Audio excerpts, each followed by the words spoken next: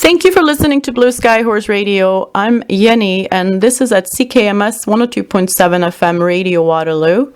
This is Blue Sky Horse Radio, and today I'm really happy to announce we have Owl Hollow Farm with us, and I want to say thank you as well to Catherine for helping to establish this conversation. But here's Bob and Kathy White. So thank you so much, first of all, for coming on Blue Sky Horse Radio, and maybe you guys could introduce yourselves. Well, I'll start the introduction, Jenny. I'm Bob White, and my wife Kathy is with me. We're with Owl Hollow Farm, which is right outside the metropolitan Kansas City, Missouri area in the western part of Missouri. And my role with the organization is I am the facility manager.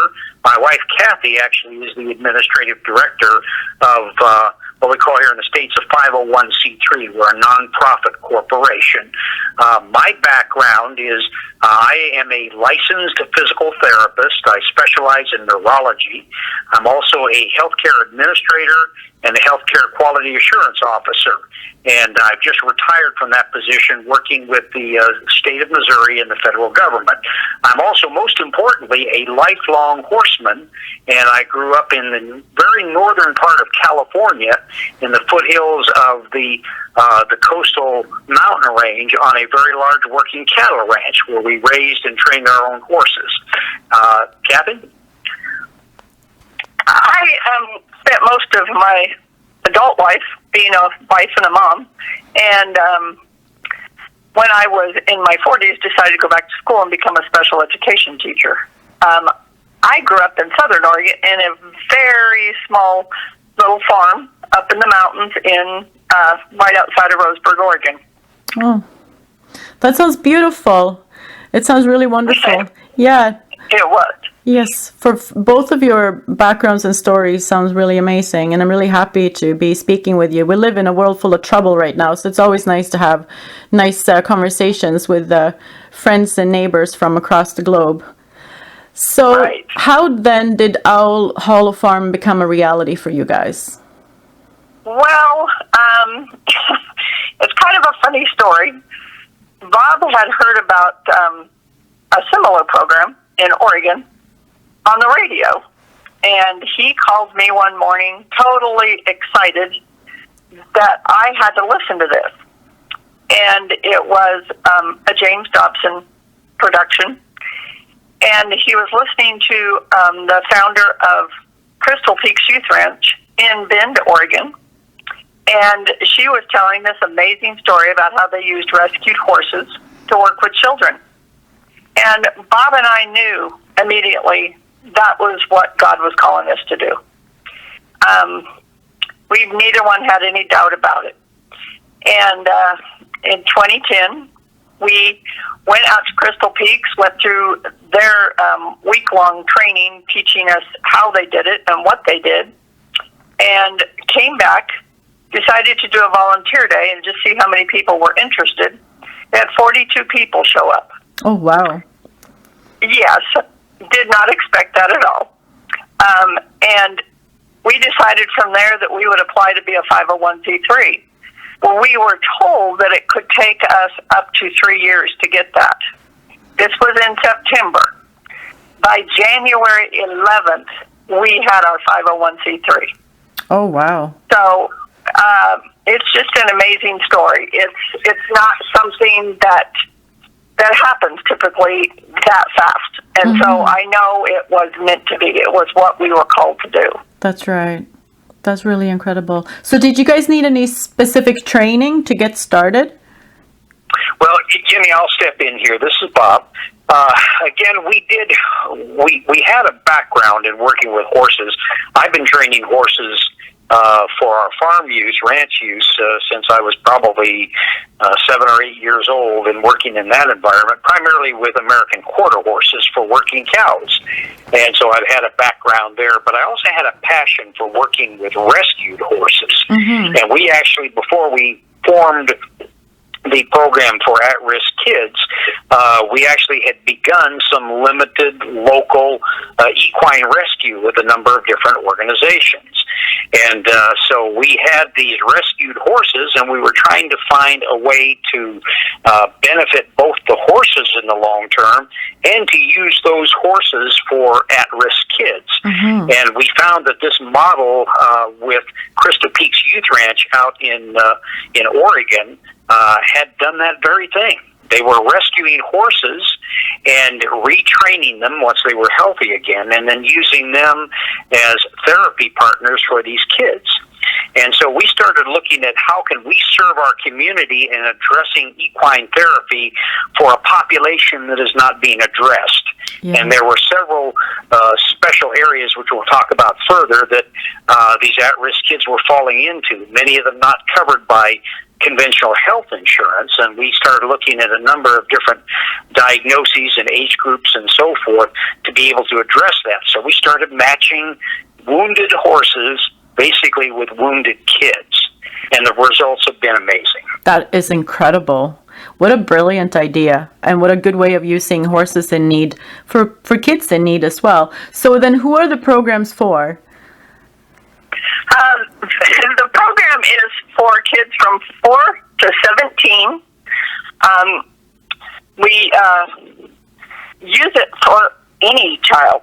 My whole theory in beginning this program was that at some point in every person's life, they will have a trauma, and they will need tools to work through that trauma. And by learning how to work with the horses, it gives them critical thinking skills. You know, my horse isn't acting right today. How do I get it under control? How do I get it to move over here? What is it thinking? Those are just tools that if you get it in your psyche, you remember it, and you learn how to use that through your whole entire life. Mm-hmm. And so our program takes in any child that applies.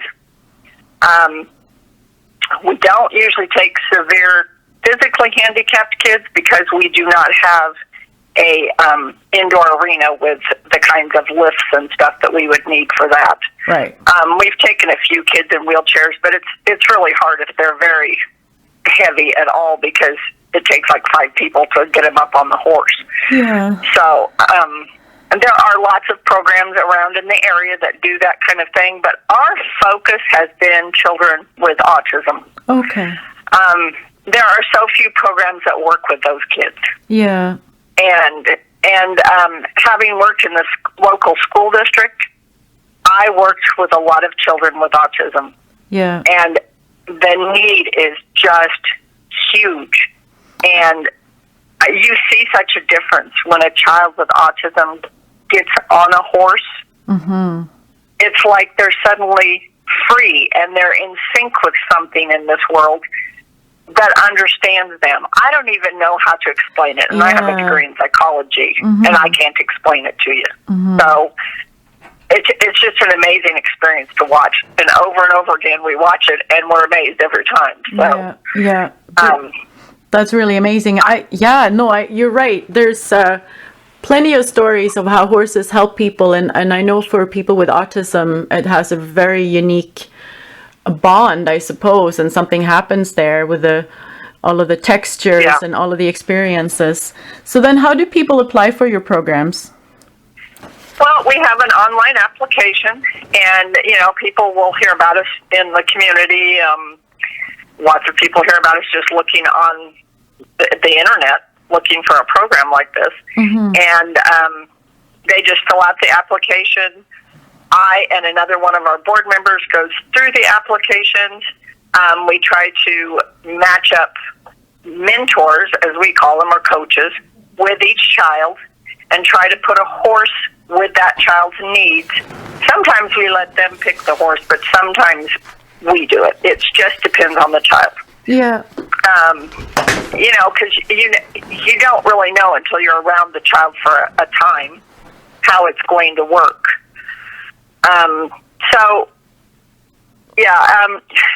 That's just that. It's a pretty simple process, really. It sounds amazing. I mean, the opportunity for people in need to be around horses is just phenomenal. So what you're doing is absolutely incredible.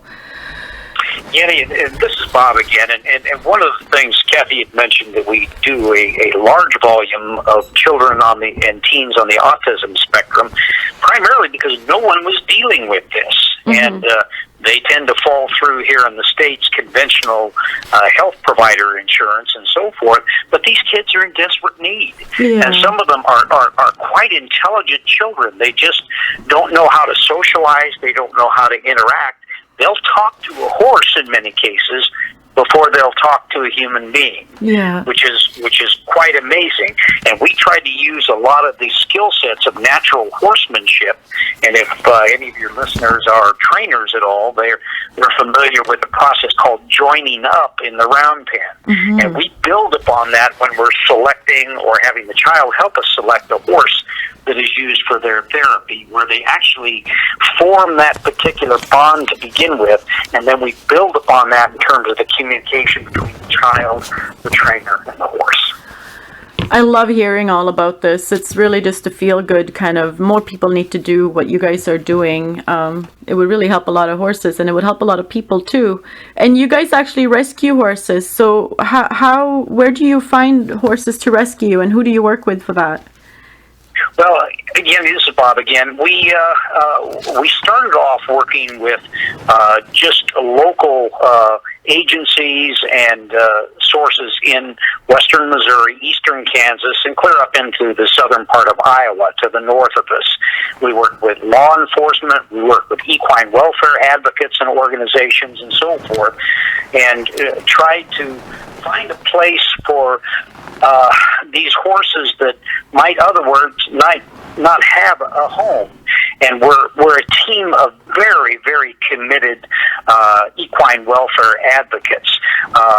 We know that here in the States, slaughter of unwanted or abandoned horses is illegal, but we're not there yet. And as you know, in Canada, that many of these unwanted horses are still shipped in trucks to either sources in Canada or in Mexico, where they are slaughtered. Yeah. And that's abhorrent to us and our team. So we're trying to work to find a use or give new life to these horses that might be otherwise meet an early death and no future. So, I mean, it's a really good way of stepping up and helping horses in need.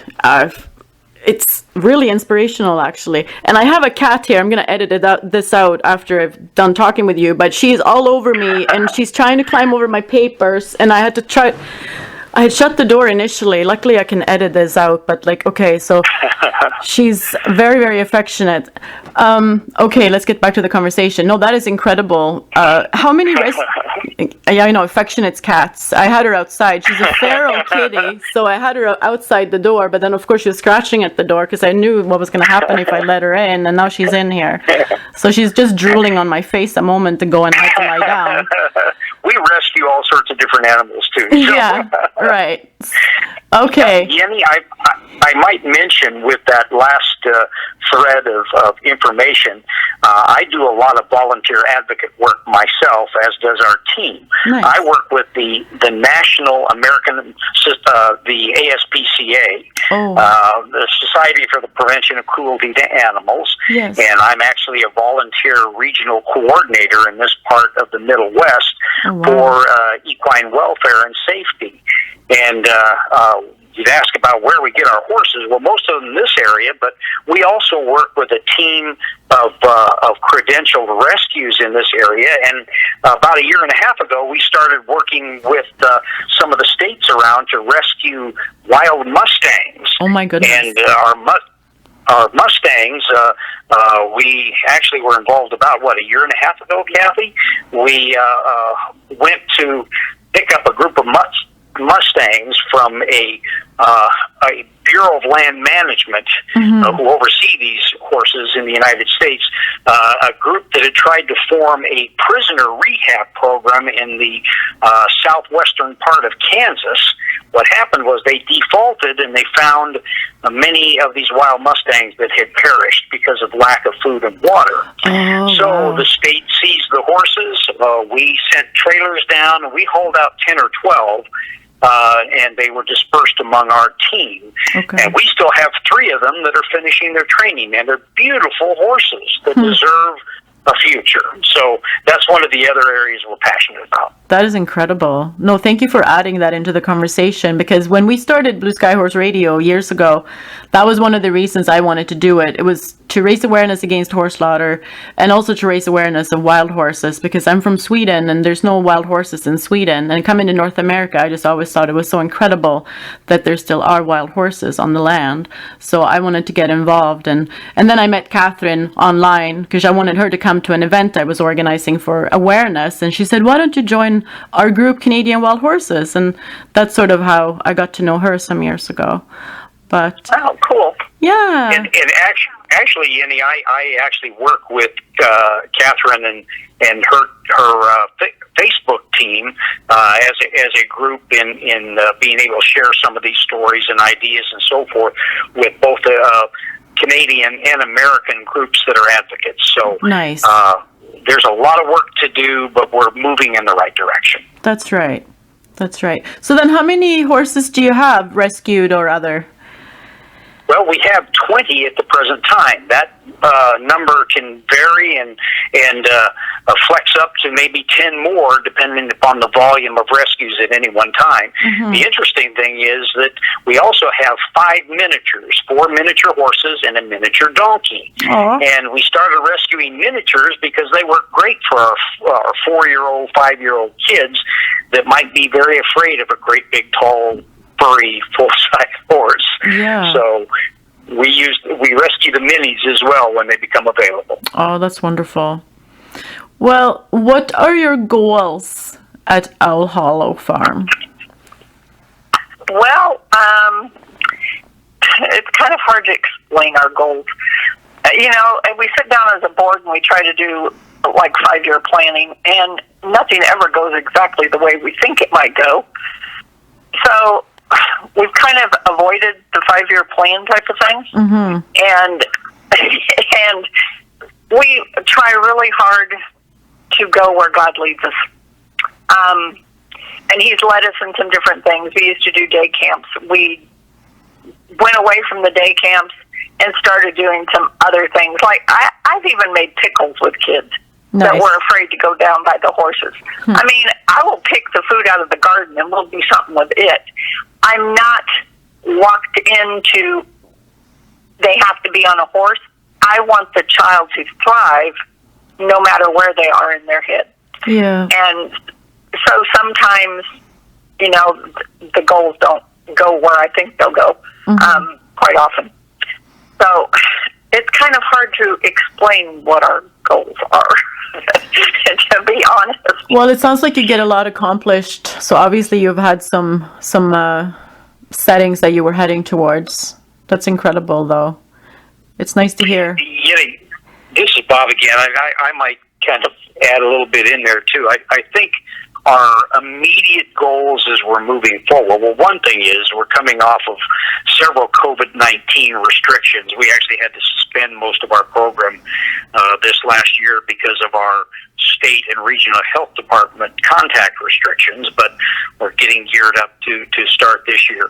But one of the things we really want to do is we work with a lot of community agencies and organizations, everything from our Division of Family Services with our state of Missouri with their foster program to church organizations and youth groups and other civic organizations. We want to expand that footprint. We want to have a bigger impact on our community so that our community knows we're here, knows that we're contributing, and really have something to be able to give back to our community. That's wonderful. You guys are really well connected. Like it's nice to. I was checking you out online, and we'll get to that question how people can find you online. But I'm also wondering, do you guys have a wish list? Yes. Well, Bob would tell you the wish list is a cover for our outdoor arena, but that's like an $80,000 wish list. But I think our biggest wish list is, you know, we constantly need grain and we need hay and we worry about, you know, feeding the horses and having enough funds to do that. And I think my biggest wish is that we could get some corporate donors that would come alongside of us and pledge to do a donation every year or every 6 months or every month so that we could be solvent and we wouldn't be worrying about, can we feed the horses this month? Mm-hmm. That's our biggest concern. Mm-hmm. Is always, do we have enough money to get through the month? You know, because we have to pay insurance and we have to pay utilities and veterinary care, and it all, a lot of it has fallen on Bob and I for years. Yeah. And that's okay. That was what we took on, but sometimes it's a struggle. And this last year with the COVID thing, it was a huge struggle. Yeah, I can imagine. You can only imagine how hard it can be. Yeah, when you can't open because of COVID, and you're trying to feed horses, and donations aren't coming in because everybody's struggling and people are losing jobs. Yeah, it's been really hard. I don't really know how to get corporate donors to donate consistently. Well, and that would be my biggest wish. Yes. Well, somebody should want to align with your great cause of helping children in need to have a decent and good life and a good future. So, I mean, there has to be corporations out there or businesses that really would feel like-minded in that way. But yeah, equine industry definitely has been suffering, and I mean, it's hard to imagine that it wouldn't be considered essential industry when children are receiving care for their mental health and well-being. Yeah. That should have been an essential, I believe. Yes, I agree. Mm-hmm. Okay, well, that's part of why I love talking with people, is because we can help share your information, and we're part of this network of trying to get word out as well. So that leads us to the next question. How can people find you online? Okay, we have a website, ohfkids.com, and then we have a Facebook page at OHF Kids, OHF Kids. And it's under the nonprofits, and it's pretty easy to find. Another way that people can get involved and help is to go to Amazon. I mean, people are buying stuff on Amazon all the time, and there is a charity link for Amazon Smile, and we are on there. And Facebook donates so much money to the nonprofit that you tag in your orders. Nice. So that's just another little way. I mean, you know, it's like 3% or 4% of whatever of your order. They'll match it and they'll send it to us quarterly. And it's not huge, but you know, it might buy a bag of grain. It all helps. Yes. I'm one of those people that tells other people, if it's $5, it makes a difference. Yeah, definitely. Okay, well then how can people get involved with you guys? Do you guys have volunteers? We have about 30 to 35 volunteers. We have a junior team, which are kids 14 to 18 that have been around horses or have come and done our program and graduated from it and want to come back and help.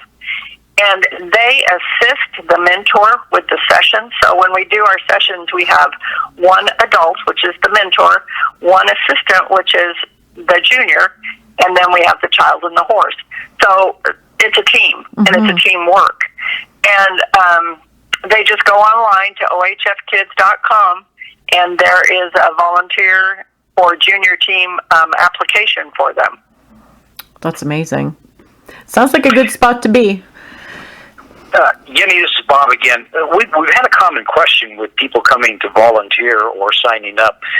Are we a specific credentialed program with some of the equine therapy organizations, such as PATH and EGALA and some of the others that are quite common here in the United States? We do have instructors, some of our mentors, who are specifically credentialed in those programs. But what we've decided to do is to devise a different program. Again, it was after the Crystal Peaks model, which is a little unique. We are an affiliate of the American Hippotherapy Association, which is part of the American Physical and the American Occupational Therapy Association. So we do follow in line to that professional application, but we allow some variety. We want to have some differences in approaches and applications, and every new person who joins our team has new ideas, and we want all of our therapeutic interventions to be unique to that child. Mm-hmm. So we don't try to clone everything in terms of a program just to meet another program standard. That's incredible. Yeah, it gives you a lot of freedom in that application, I can imagine. And it would take time, but that sounds phenomenal. You guys are putting in the time to do it right. Yeah. Well, thank you so much for speaking with me here today. Is there any, maybe you have a story to share? Do you have some special moment? I'm sure there's lots of them. Anything? Well, Jenny, I'm going to share one that's a special of mine. I mentioned that we work with our state's Division of Family Services, which is our foster children program. And I'll try to make this brief, but we had a young horse that had been abused. It was barely a year old. And this little horse had been beaten so badly before our rescue, it had the cornea of its right eye crushed. Mm-hmm. And we stepped in with the authorities and rescued this little horse. And it took us probably 2 or 3 months even to be able to handle and touch it. But once we did, it wanted the human companionship. We had a little girl that came out with one of the counseling team. She was a foster adoption and had kind of a not so good a background and program, and she was very fearful. She would not look an adult in the face and communicate with them. She'd just glance up and shake her head yes or no and then look at the ground. Well, one of our coaches was a counselor and had an idea of taking the foster parent and the child out into the paddock with this little horse. And the little horse wanted to play, and he'd run up behind the little girl and bump her with his head and then run off and want to play, and she'd just kind of shoot him away. After several times of this, the little horse came up underneath her right arm, and she put her arm down around him and looked down at his eye. Mm-hmm. And the first word she had uttered, and we don't know how long, is, "Oh, you're hurt too. Can we be friends?" Oh, my goodness. And that single moment, and I get emotional on this because I saw it happen. Yeah. But that single moment opened the door to this child being able to be counseled, being able to heal a lot of the emotional damage, and was eventually adopted by this family. And we see that kind of thing happen every day. It takes the time and the commitment to see where the kids' needs are and to build upon those. That's beautiful. That's giving somebody a chance to life, really. That's incredible. What a place you have. I wish I could come and visit you guys. And right now everything is under restrictions and things like that. Do you guys have any web presence? Do you have any videos on YouTube, or do we have to go to your Facebook and homepage to see that? We have several videos on our website. Nice. And I don't know if our marketing person has put them on YouTube or not. I think she's in the process of it. We have a great gal that does all of our marketing and PR, and she actually works at the local school district doing that, and she's come alongside us and done it here, and it's just, she does such an amazing job. But I think she's working on the YouTube thing. Nice. I like to put some videos up on YouTube.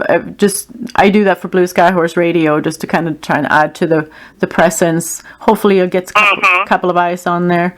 But no, this is really great. Thank you so much for giving me your time today. It's inspirational, actually, to hear that you guys are good people out there helping kids in need. I wish I could hear more stories like that, for sure.